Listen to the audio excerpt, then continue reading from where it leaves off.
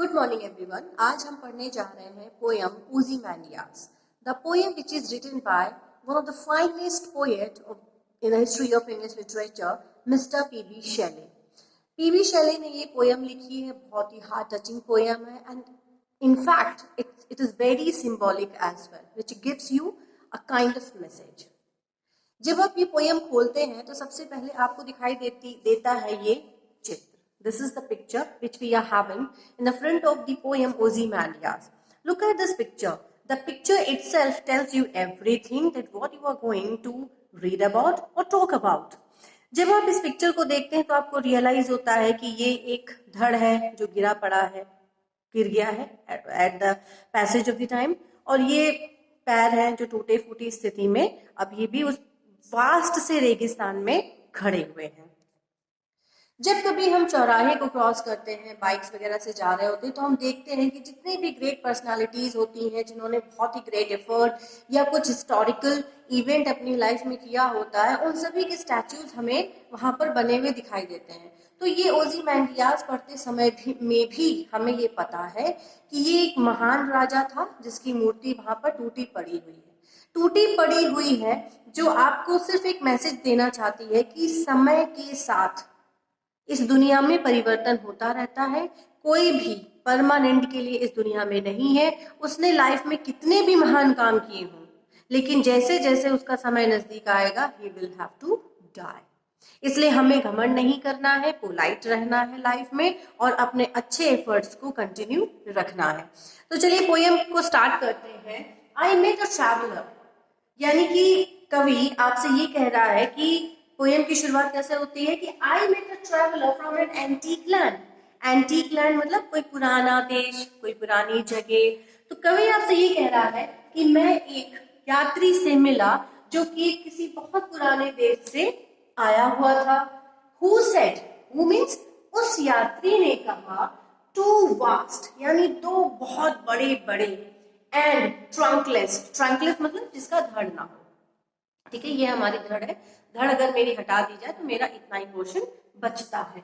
तो वो ट्रैवलर कहता है कि two vast and trunkless legs of stone मतलब पत्थर की जो टांगे होती हैं, स्टैंड इन द डेजर्ट यानी वो ट्रैवलर पीबी शेले को ये डिस्क्रिप्शन देता है कि दो बहुत बड़ी बड़ी पत्थर की टांगे और बिना धड़ का एक स्टैचू रेगिस्तान में खड़ा हुआ है। Near them on the sand half sunk मतलब आधा डूबा हुआ, अ शैटर्ड टूटा फूटा, वाइसेज मींस चेहरा, टूटा फूटा चेहरा, लाइज गिरा पड़ा, whose frown।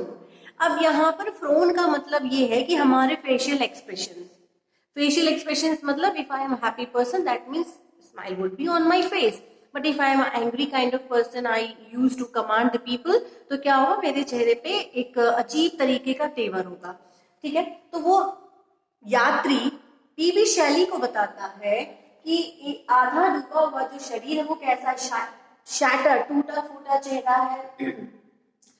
Whose frown यानी उसके मुंह, भले ही वो धड़ से अलग, नीचे शरीर से अलग धड़ पड़ी हुई है, लेकिन उस धड़ को देखकर ये महसूस होता है, फ्रोन यानी उसके चेहरे के एक्सप्रेशन देखकर ये महसूस होता है, एंड wrinkled lips यानी उसके जो होंठ है उस पे झुर्रियां पड़ी हुई है, and a sneer of cold command। लेकिन उसकी नजर यानी उस मूर्ति पे, स्टैचू पे, धड़ में जो उसकी नजर है, उसको देख के पता चलता है कि ये मूर्ति जरूर किसी ऐसे इंसान की रही होगी जो एक कमांडर था या लोगों को कमांड करता था, उनके ऊपर ऑर्डर्स लागू करता था या फिर उनको रूल करता था।